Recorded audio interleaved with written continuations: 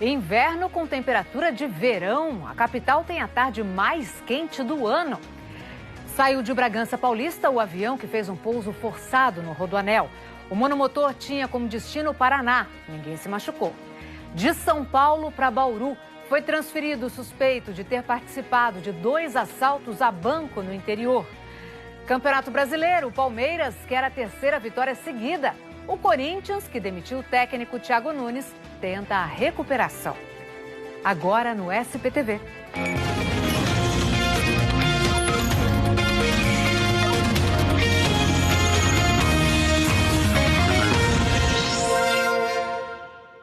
Olá, pessoal, boa noite. O Centro de Investigação e Prevenção de Acidentes Aéreos está apurando o que levou o piloto de um pequeno avião a fazer um pouso forçado no trecho norte do Rodoanel na manhã deste sábado. A via precisou ser interditada para que a aeronave fosse retirada e não houvesse mais risco para quem passava por ali. Pouco depois das 10 da manhã, os motoristas que passavam pelo quilômetro 3 do trecho norte do Rodoanel foram surpreendidos pelo pouso forçado da aeronave de prefixo PRS-JC. Ninguém ficou ferido, mas a situação acabou congestionando a região. Lentamente, ele foi levado para um ponto 1 quilômetro à frente, onde está sendo construída uma praça de pedágio que dá acesso à Avenida Raimundo Pereira de Magalhães, na zona norte de São Paulo. O monomotor decolou do Aeroclube de Bragança Paulista, no interior do estado, e ia para Ponta Grossa, no Paraná. 400 quilômetros de distância em linha reta. Segundo o Registro Aeronáutico Brasileiro, a situação de aeronavegabilidade desse monomotor consta como normal, ou seja, em condições de voo. O piloto não quis gravar entrevista, mas me disse que não passou mal durante o voo. E disse também para os responsáveis pela rodovia que houve uma pane no motor. Pouco depois das 4 da tarde, mecânicos chamados pelo dono do avião começaram a desmontar o monomotor para ser removido. O registro mostra que a aeronave é particular, foi fabricada em 1977 e está apta para voar, mas não para fazer serviço de táxi aéreo. Um caso parecido aconteceu nesta sexta-feira em Bauru. Um monomotor de instrução caiu na rodovia Marechal Rondon. O piloto, de 57 anos, e um aluno de 20 tiveram ferimentos leves. Uma falha no motor causou a perda da sustentação. Em fevereiro do ano passado, um outro acidente aeronáutico no Rodoanel deixou 2 mortos, o jornalista Ricardo Boechat e o piloto Ronaldo Quatrucci. A aeronave tentou pousar no acesso do quilômetro 7 do Rodoanel com a rodovia Anhanguera, mas acabou colidindo com um caminhão. O CENIPA diz que espera concluir a investigação no menor tempo possível e, com isso, prevenir que outros acidentes ocorram. A região da Cracolândia foi palco de mais uma confusão na tarde de hoje. Segundo a Polícia Militar, usuários de drogas arremessaram rojões na direção de uma base da PM, o que iniciou o tumulto. Os usuários se espalharam pelas ruas da região e a tropa de choque foi acionada para conter a confusão. Nessas imagens gravadas por moradores da região, dá para ver 2 homens sendo agredidos pelos policiais. Um de roupa cinza e outro de roupa vermelha. A Polícia Militar não respondeu o que motivou a agressão dos policiais. O homem suspeito de liderar a principal quadrilha de assalto a bancos em atividade no estado já está em Bauru, onde vai ficar preso. Thiago Faria foi detido na capital na noite de ontem. Tiago Tadeu Faria passou cerca de 10 horas no prédio do DEIC, na zona norte da capital, sempre com as mãos e os pés algemados. Segurança especial para um homem que, segundo a polícia, é perigoso. A Justiça decretou a prisão de Tiago por suspeita de envolvimento num assalto a banco na região de Bauru, em 2016. Até então, Tiago era conhecido por um outro tipo de ataque. Na apuração do Carnaval de São Paulo, em 2012, ele atravessou as mesas, pulou a grade do palco e rasgou as notas dos jurados. Era Tiago Ciro Tadeu Faria, 29 anos. A Delegacia de Roubo a Bancos do DEIC investigou Tiago Faria nos últimos 4 anos. Em 2017, depois da explosão de uma agência bancária no Rio Grande do Norte, os delegados tiveram a confirmação de que ele era integrante de uma das quadrilhas mais violentas do país. Havia vestígios de Tiago dentro do banco. Em junho deste ano, a polícia encontrou 200 quilos de explosivos na casa dele, na zona norte da capital. Era o mesmo tipo de material usado um mês antes num dos ataques a bancos mais violentos do ano. 40 assaltantes em 10 carros entraram na cidade de Ourinhos, bloquearam postos da PM e explodiram agências bancárias. Um refém foi colocado sobre um carro para servir de escudo humano. Tiago também é suspeito de participar, no fim de julho, de um ataque semelhante à cidade de Botucatu. Houve confronto com policiais e 6 pessoas foram feitas reféns.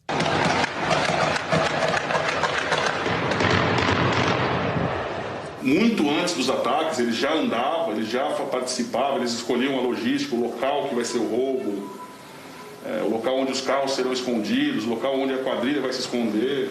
E ele participa do ataque principal quando tem o roubo propriamente dito. No dia do crime, ele entra dentro das bases juntamente com aqueles principais criminosos que vão buscar o dinheiro.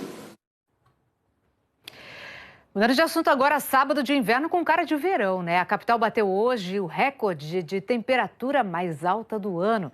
Termômetros lá em cima e umidade lá embaixo. No ano que não tem nada de normal, o recorde de calor veio no inverno. Tava gostoso? Tá. Há controvérsias, às vezes dentro da mesma família. Eu gosto de calor. Gostamos todos nós, né? Não gosto não. Não! Não, é que assim, exagerado é muito ruim. Mas já que é o que tem pra hoje... O sol tava estralando, né? Nós vamos pegar aquele bronzeamento. A Beth, que geralmente toma sol na laje, hoje veio pra represa Guarapiranga. Meia horinha de ônibus e chegou a uma São Paulo que ela nem conhecia. É como se você estivesse em uma praia, em outro lugar, né? Na outra cidade. É só manter a distância um do outro que dá tudo certo. Na areia, espaço para o distanciamento, mas muita gente sem máscara, o que não é permitido. A Karen sabe a receita para aproveitar sem abrir mão da segurança. Máscara, álcool em gel, lave sempre bem as mãos. E vai que vai. E vamos que vamos. Agora, em um ponto, esse inverno não parece o verão. No verão chove e em setembro não caiu uma gota sequer. Hoje o céu ficou limpo e a umidade do ar baixa que só. Chegou aos 15%, repetindo o menor índice do ano até aqui. O alerta já estava fixo na página da Defesa Civil. Evite exercícios físicos ao ar livre entre as 10 da manhã e as 4 da tarde. Umidifique o ambiente e consuma bastante água.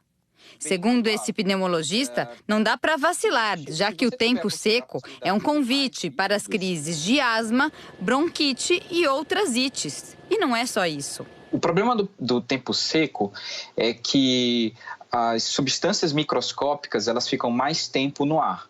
Né? No tempo úmido, aquelas substâncias elas ficam mais úmidas e elas ficam mais pesadas e elas caem nas superfícies. No tempo muito seco, não. E a gente sabe também que períodos mais poluídos estão associados, inclusive, a problemas cardiovasculares também. Então, por exemplo, há um risco teórico aumentado de infartos, para quem já tem problemas cardíacos, em épocas de clima mais seco, com qualidade do ar pior. E teve muita gente que foi se refrescar fora da capital.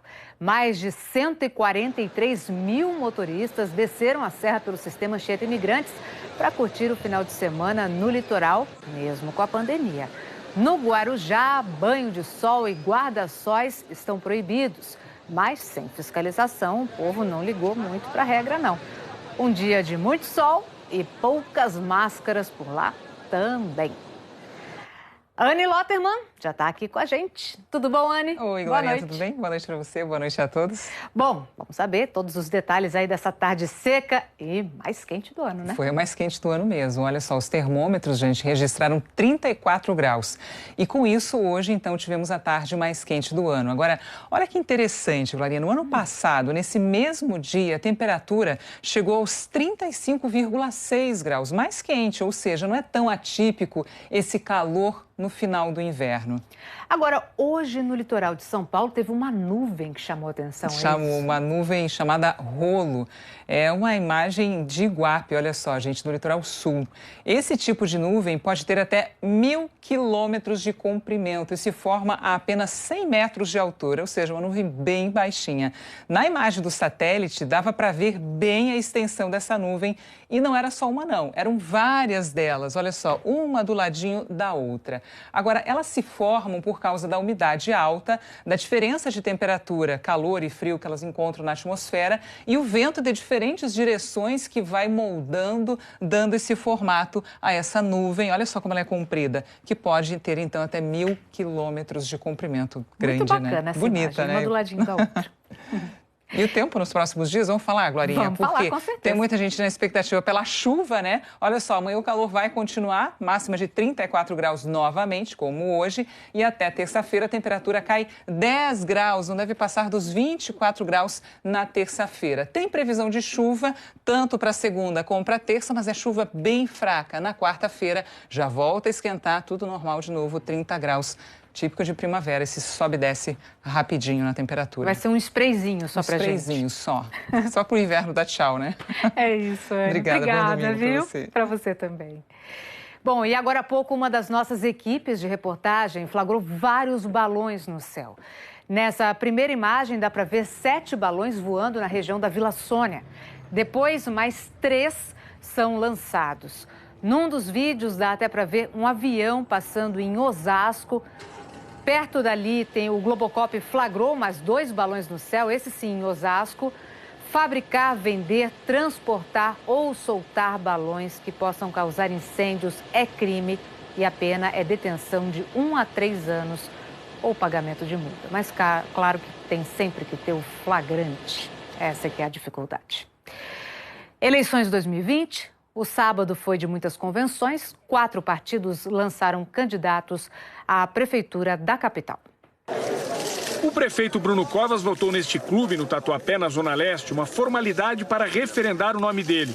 O candidato a vice, Ricardo Nunes, do MDB, e o governador João Dória acompanharam. O Bruno venceu diversos desafios desde que assumiu, teve prédio que caiu, ponte que caiu, o coronavírus, e ele está preparado para os próximos 4 anos, que vamos ter diversos desafios. Os 495 delegados puderam escolher entre 18 endereços para votar. Bruno Covas escolheu esse aqui por causa do significado simbólico dos diretórios da região para o partido. Foi nesse diretório que Mário Covas, avô de Bruno, iniciou a fundação do PSDB. À tarde, a convenção foi virtual e às 15h30 a candidatura foi oficializada. O PSDB vai sair com 83 candidatos a vereador e o atual prefeito falou de seus planos caso seja reeleito. Ainda há muito a ser mostrado, que fizemos na área da educação, da mobilidade, da habitação urbana, da segurança, da desestatização. Em todas as áreas, a prefeitura tem muito para mostrar. Foi por um telão na sede do Diretório Municipal, na Bela Vista, que integrantes do partido e jornalistas acompanharam a transmissão da convenção numa laje na Zona Sul. O ex-prefeito de São Paulo, Fernando Haddad, estava ao lado de Gilmar Tato. O ex-presidente Lula enviou um vídeo de apoio. A presidente do partido, Gleisi Hoffmann, discursou pela internet. Você é da periferia, participou de 2 administrações nossas. Os programas e projetos que têm sucesso hoje em São Paulo foram feitos nas gestões do PT. E você foi um dos responsáveis por isso. O PT ainda não formalizou o nome do vice, mas deve ser uma mulher do próprio partido. O nome será anunciado na próxima semana. O partido também terá 83 candidatos a vereador. Lembrando sua atuação como secretário de Transportes na gestão Haddad, Tato apresentou sua proposta para a área. Primeiro, de graça para os desempregados, procurar emprego, depois voltar o passe livre para os estudantes, que já tinha na nossa época, e depois diminuir aos domingos para R$2 e de madrugada também para R$2. O Partido Trabalhista Brasileiro, PTB, oficializou a candidatura de Marcos da Costa para a Prefeitura de São Paulo. A convenção do partido foi essa tarde. É a primeira vez que o PTB tem candidato a prefeito de São Paulo desde 1996.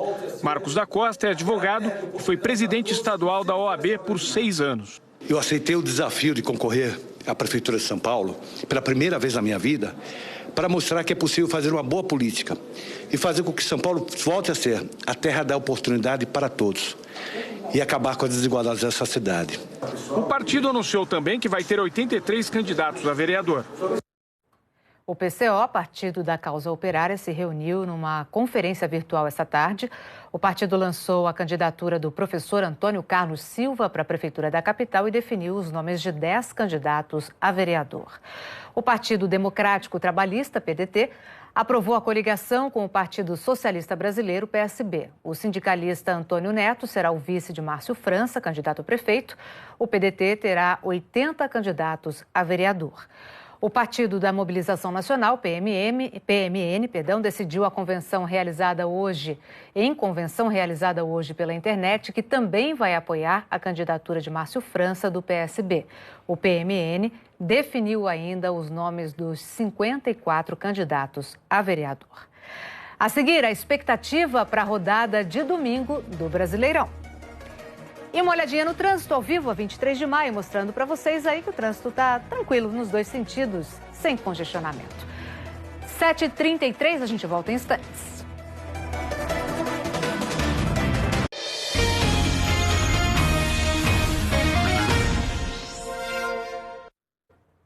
(7h35) agora, a Universidade de Oxford decidiu retomar os testes com a vacina contra o coronavírus. Na semana passada, os testes foram suspensos depois que um voluntário do Reino Unido teve reações adversas. A universidade informou que foi feita uma revisão e o Comitê Independente de Segurança e o regulador britânico recomendaram a retomada dos testes. Aqui no Brasil, a pesquisa é coordenada pela Universidade Federal de São Paulo. São 4.600 voluntários e, segundo a universidade, não houve intercorrências graves. A Agência Nacional de Vigilância Sanitária disse que espera ser comunicada oficialmente para retomar os testes. A carreta que bateu num muro e invadiu um condomínio em Guarulhos continua no mesmo lugar, isso há mais de 24 horas. A Defesa Civil diz que a estrutura de um dos blocos foi comprometida e os moradores de 5 apartamentos tiveram que sair. O acidente foi na manhã de ontem, na Estrada do Sacramento, no Jardim Alice Pimentas. A carreta levava botijões de gás e invadiu a área do condomínio, atingindo um parquinho. Só parou quando bateu em um dos prédios. O motorista de 68 anos teve ferimentos leves e foi socorrido a um hospital da região. A Prefeitura de Guarulhos disse que a remoção da carreta deve demorar porque escoras precisam ser colocadas para evitar desabamento. Para a volta dos moradores, o condomínio deve apresentar um laudo feito por um engenheiro. Futebol agora. Já tem Paulista em campo pelo Campeonato Brasileiro. Na Vila Belmiro, Santos e São Paulo empatam em 1-1. Amanhã, o Palmeiras busca a 3ª vitória consecutiva no campeonato, jogando em casa contra o Sport. Já o Corinthians, que demitiu o técnico Thiago Nunes, espera se recuperar no Brasileirão com um velho conhecido no comando do time. Coelho chegou no Corinthians, mas nem precisou ser apresentado. Feliz, que é um cara que a gente conhece, um cara que sabe como a gente joga. Diego Coelho já comandou o único treino como técnico do Corinthians antes da partida contra o Fluminense, amanhã no Maracanã. Ele substitui Thiago Nunes, demitido ontem à noite pela diretoria corintiana. O time vem de derrota no clássico para o rival Palmeiras. Tem 9 pontos na tabela e só 2 vitórias no Brasileirão. Coelho chega em busca de um resgate. A missão é fazer com que eles tenham a alegria de jogar futebol, né? Voltar a ter aquela coisa que o Corinthians sempre tem, independente dos jogadores que estão em campo. A gente tem que se doar ao máximo para fazer com que a torcida, com que todo mundo volte de novo a estar junto com a gente. Já o Palmeiras vai jogar em casa contra o Sport, mais empolgado do que nunca. Vai tentar a 3ª vitória consecutiva para se manter colado nos líderes do campeonato. Apesar do bom momento, vindo de vitória contra o Corinthians, o restante da semana foi bem silencioso. Nada de entrevistas. Só o jovem Wesley, que ainda não esconde o sorriso por ter vencido o rival. Ganhar já é bom, né? Mas ganhar do Corinthians não tem preço. Para o jogo de amanhã, o desfalque deve ser o artilheiro Luiz Adriano, que sentiu dores na coxa esquerda. William Bigode é o mais provável substituto. E bem da verdade é que a vida do William tá tranquila.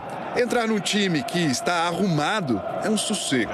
O fim de semana vai ser duro mesmo para o Coelho, que tem que arrumar um time inteiro com um só treino. Haja discurso motivacional, hein? Tem que ganhar jogo, não importa como. Você acompanha a partida entre Fluminense e Corinthians amanhã, aqui na tela da Globo, ao vivo, a partir das 4 da tarde. E futebol é dinâmico, né? Falei da Vila Belmiro, Santos e São Paulo. São Paulo já meteu outro gol no Santos. Agora 2-1, então, São Paulo em cima do Santos.